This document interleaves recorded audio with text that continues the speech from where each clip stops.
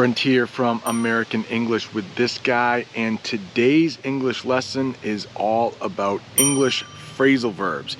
In this lesson, I will teach you certain phrasal verbs that native English speakers use all the time. And isn't that the goal when speaking English, to sound more natural, more like a native? But before we start the lesson, I need to remind you, please don't lose that accent. Keep that accent, but you're going to want to use these English phrasal verbs to sound more like a natural English speaker. The first 3 English phrasal verbs I want to teach you in this lesson all have the word dig in them. You might know what the verb dig means. It means to get a shovel and probably dig a hole.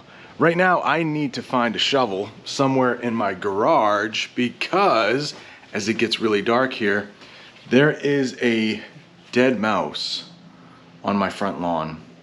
So I'm not going to dig a grave for this mouse. I just want to take a shovel and take him probably back into the woods. But the first English phrasal verb I want to teach you is dig up.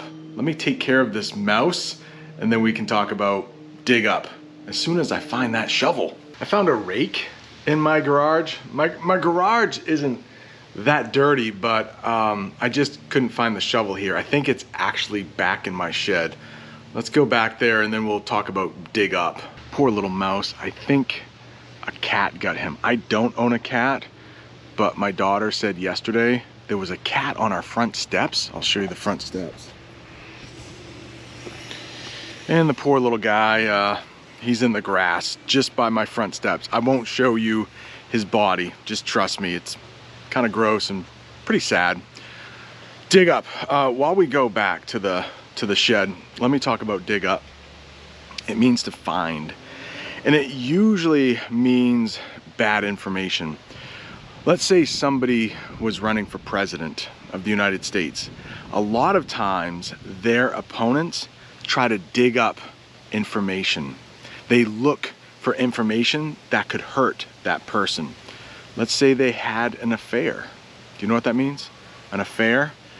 It means that person was married, but then they had a relationship with somebody else. They had an affair. If a candidate had an affair and you look for that information, you might try to dig that up. You might hear dig some dirt up on that person running for office or that candidate for office. Right now I'm looking for my shovel, but I wouldn't say I'm trying to dig up my shovel. Most of the time it's with information. Dig up.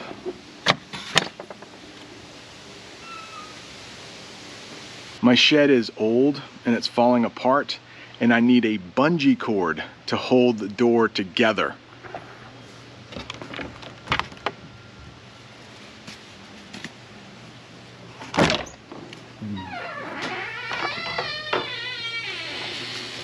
Found the shovel.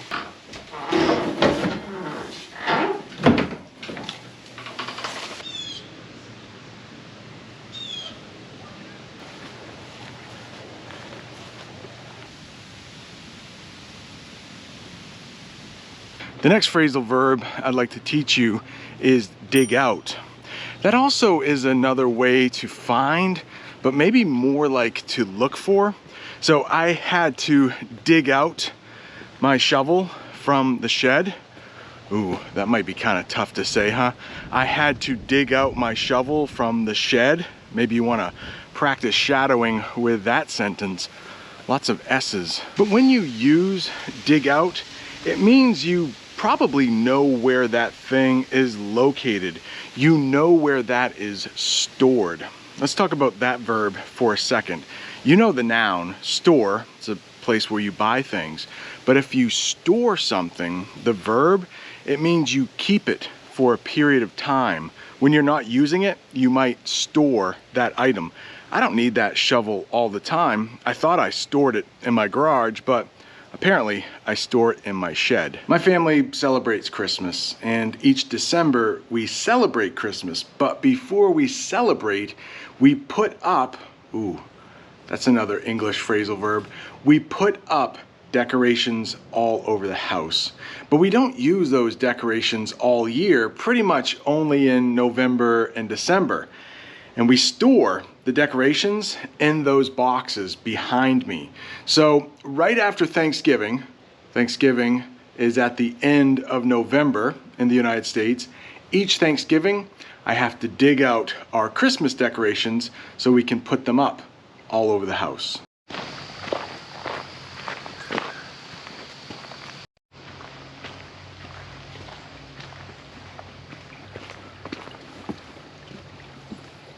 I'm walking in the woods for this next phrasal verb.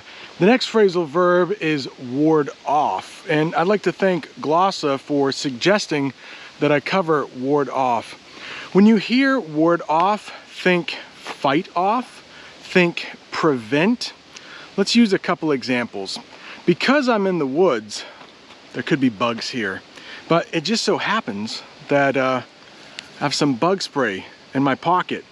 It happens to be made in Maine, where I live.